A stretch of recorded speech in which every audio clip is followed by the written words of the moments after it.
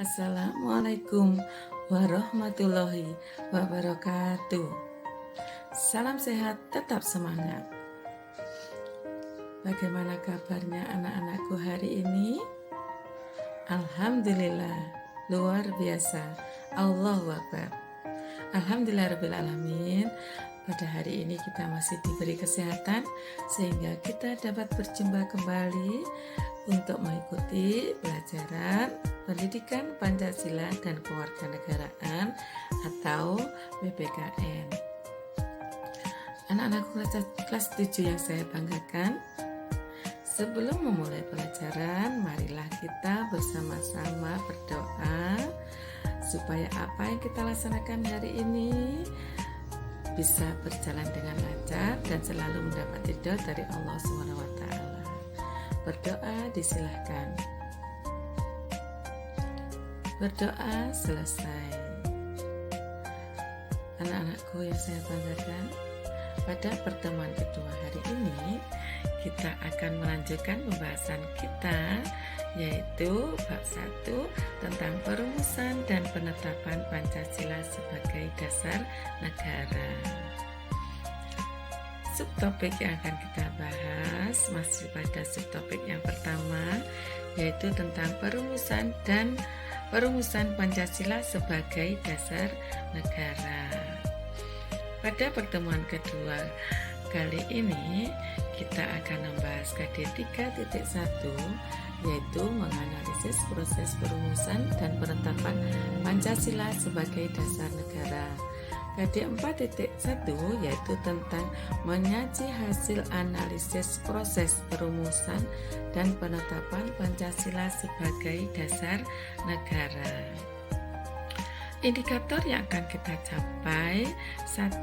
Mendeskripsikan perumusan Pancasila sebagai dasar negara dalam sidang BPUPKI. 2. Membandingkan pendapat para pendiri negara tentang isi Pancasila. 3. Mendeskripsikan perumusan dasar negara dalam sidang Panitia 9. 4. Menyusun laporan hasil telaah perumusan Pancasila sebagai dasar negara. Tujuan pembelajaran kita pada pertemuan kedua ini, setelah mengikuti serangkaian kegiatan pembelajaran, peserta didik diharapkan dapat 1.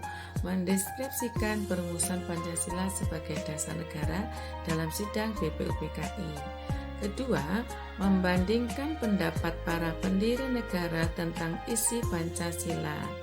3. Mendeskripsikan perumusan dasar negara dalam sidang Panitia 9. 4. Menyusun laporan hasil telaah perumusan Pancasila sebagai dasar negara. Baiklah anak-anakku, sebelum kita lanjutkan pembahasan kita pada pertemuan kedua ini, mari kita mengingat kembali apa yang sudah kita bahas pada pertemuan pertama minggu yang lalu. Pada minggu yang lalu kita sudah membahas tentang pembentukan BPUPKI. Masih ingat anak-anak? Iya, bagus. Pada tanggal 1 Maret 1945, Jepang mengumumkan pembentukan Dokuritsu Chumbi Chossakai atau Badan Penyelidik Usaha-Usaha Persiapan Kemerdekaan Indonesia atau BPUPKI. Tanggal 29 April, secara resmi BPUPKI dilantik oleh Jepang dengan anggota berjumlah 62 orang, diketuai oleh Dr. Rajiman Widyodiningrat dengan 2 orang wakil ketua, yaitu R.P. Suroso dan Ichi Bangase Yoshio. BPUPKI mengadakan sidang resmi 2 kali. Yang pertama tanggal 29 Mei sampai dengan 1 Juni 1945 membahas tentang dasar negara. Sidang kedua yaitu dilaksanakan tanggal 10 sampai dengan 17 Juli 1945 membahas rancangan Undang-Undang Dasar. Pada sidang pertama tanggal 29 Mei 1945, Mr. Muhammad Yamin secara lisan menyampaikan usulannya tentang rumusan dasar negara yang berisi 1. Peri kebangsaan, 2. Peri kemanusiaan, 3. Peri ketuhanan, 4. Peri kerakyatan, 5. Kesejahteraan sosial. Di samping secara lisan, Mr. Muhammad Yamin juga menyampaikan usulannya tentang rumusan dasar negara secara tertulis yang isinya antara lain 1. Ketuhanan yang Maha Esa, 2. Kebangsaan Persatuan Indonesia, 3. Rasa kemanusiaan yang adil dan beradab, 4. Kerakyatan yang dipimpin oleh hikmat kebijaksanaan dalam permusyawaratan perwakilan, 5. Keadilan sosial bagi seluruh rakyat Indonesia. Selanjutnya pada tanggal 31 Mei 1945, Mr. Supomo menyampaikan usulannya tentang rumusan dasar negara yang isinya antara lain 1. Persatuan, 2. Kekeluargaan, 3. Keseimbangan lahir dan batin, 4. Musyawarah, 5. Keadilan rakyat. Pada tanggal 1 Juni 1945, Insinyur Soekarno menyampaikan usulannya tentang rumusan dasar negara yang isinya antara lain 1. Kebangsaan Indonesia, 2. Internasionalisme atau peri kemanusiaan, 3. Mufakat atau demokrasi, 4. Kesejahteraan sosial, 5. Ketuhanan yang berkebudayaan. Rumusan dasar negara yang disampaikan oleh Insinyur Soekarno ini diberi nama Pancasila. Pada tanggal 1 Juni inilah pertama kalinya istilah Pancasila dikenalkan kepada bangsa Indonesia oleh Insinyur Soekarno. Oleh sebab itu, untuk mengenang peristiwa tersebut, setiap tanggal 1 Juni kita peringati sebagai hari lahirnya Pancasila. Bagus. Ketika usulan rumusan dasar negara tersebut tidak ada yang ditetapkan sebagai dasar negara, maka dibentuklah panitia 9 yang anggotanya terdiri dari Insinyur Soekarno, Dr. Andes Muhammad Hatta, Muhammad Yamin, Ahmad Subarjo, Wahid Hasyim, Agus Salim, Abdul Qahar Muzakir, Abi Kusno Cokro Suyoso, dan A.A. Maranis.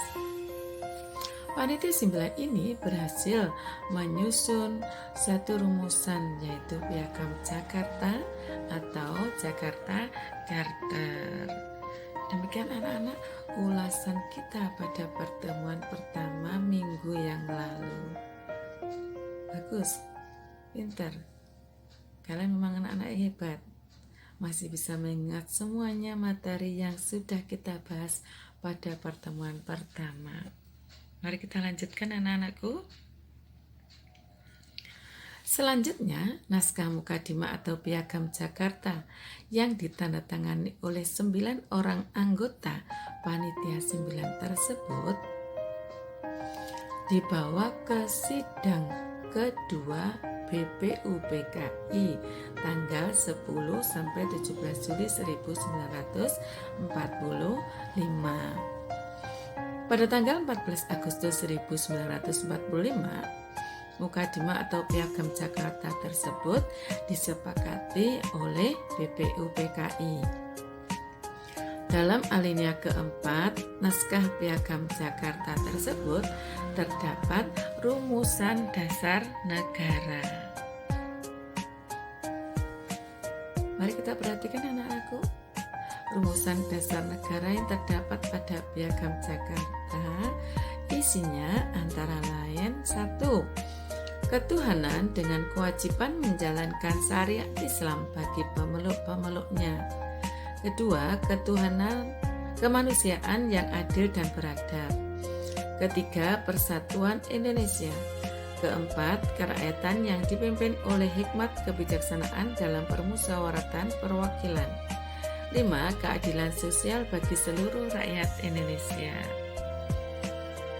Bisa dipahami anak-anakku? Bagus. Ada bisa mengulang menyebutkan bagaimana isi rumusan dasar negara yang terdapat pada Piagam Jakarta? Hebat. Ayo silakan. Bagaimana? Isinya yang pertama?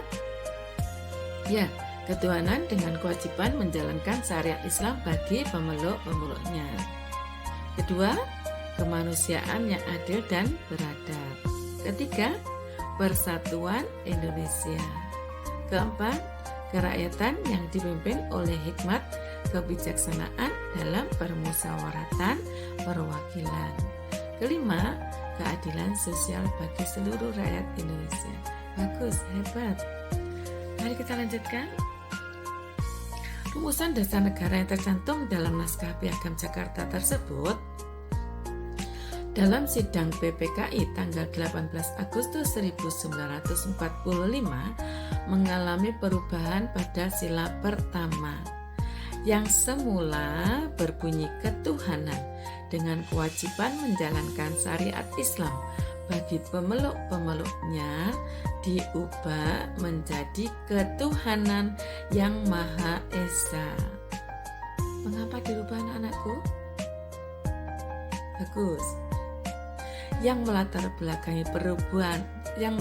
belakangi perubahan sila pertama tersebut menurut Muhammad Hatta bermula dari datangnya utusan Opsir Kaigun atau Angkatan Laut Jepang.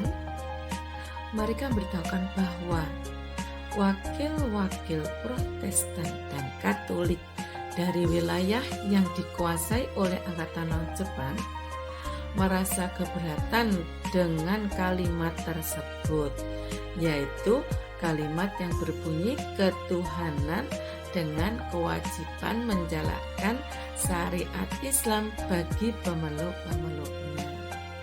Seperti yang kita ketahui bahwa di Indonesia tidak hanya beragama Islam, tapi di Indonesia terdapat keberagaman agama. Selanjutnya terhadap keberatan dari kaum Katolik dan Protestan tersebut, maka sebelum sidang PPKI dimulai, Muhammad Hatta mengajak Ki Bagus Hadikusumo, Kiai Haji Wakid Hasim, Kasman Singo Dimejo, Mr. Tengku Muhammad Hasan untuk mengadakan rapat bersama membahas keberatan tersebut. Akhirnya para pendiri negara tersebut bermufakat untuk menghilangkan bagian kalimat tersebut yang semula berbunyi ketuhanan dengan kewajiban menjalankan syariat Islam bagi pemeluk-pemeluknya diganti menjadi ketuhanan yang Maha Esa. Baiklah anak-anakku, mari kita lihat,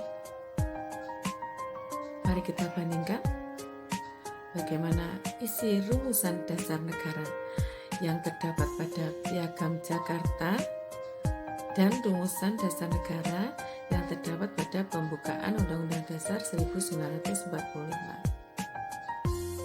Silakan diamati, silakan diperhatikan. Di mana perbedaannya?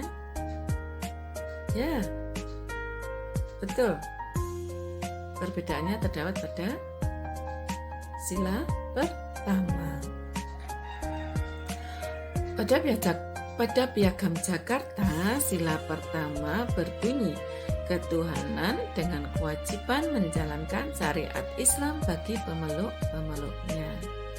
Sedangkan pada pembukaan Undang-Undang Dasar 1945, sila pertama berbunyi, ketuhanan yang Maha Esa. Pada sila kedua sama isinya, yaitu berbunyi, kemanusiaan yang adil dan beradab. Sila ketiga juga sama, Persatuan Indonesia. Sila keempat sama, yaitu berbunyi, kerakyatan yang dipimpin oleh hikmat kebijaksanaan dalam permusyawaratan perwakilan. Sila kelima juga sama, berbunyi, keadilan sosial bagi seluruh rakyat Indonesia.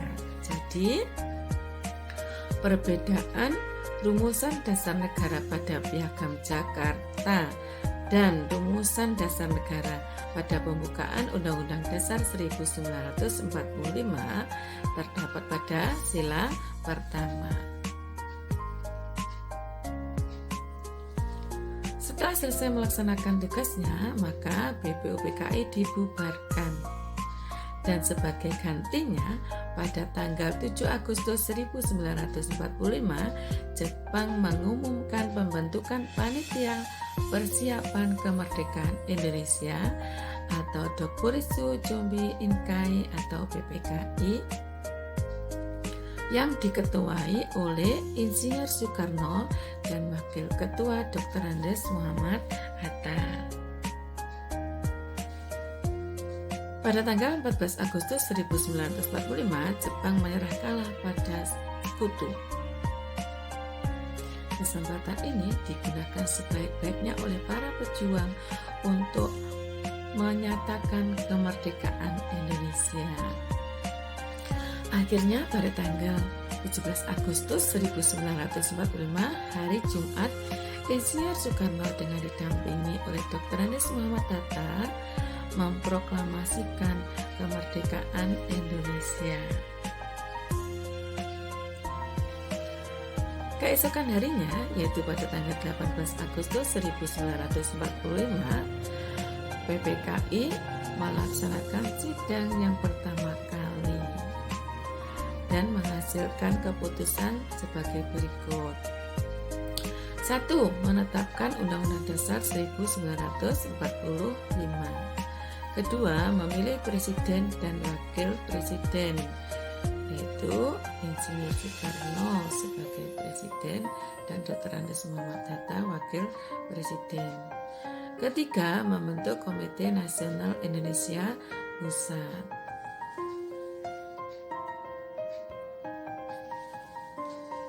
Demikian anak-anakku, materi yang dapat saya sampaikan pada pertemuan kedua ini. Semoga bisa dipahami oleh kalian semuanya dan semoga bisa bermanfaat untuk kita semuanya. Sebelum saya akhiri, ada pesan yang harus saya sampaikan kepada kalian semuanya.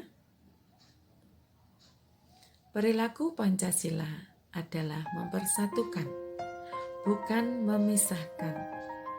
Kita semua Pancasila. Kita semua Indonesia. Anak-anakku, mari cintai Pancasila dengan menerapkan perilaku yang menjunjung tinggi kebersamaan, musyawarah, bersamaan derajat, dan saling tolong-menolong.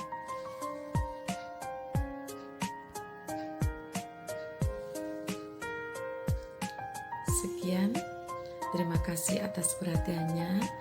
Mohon maaf jika ada kekurangan. Selamat belajar. Salam sehat, tetap semangat. Wassalamualaikum warahmatullahi wabarakatuh.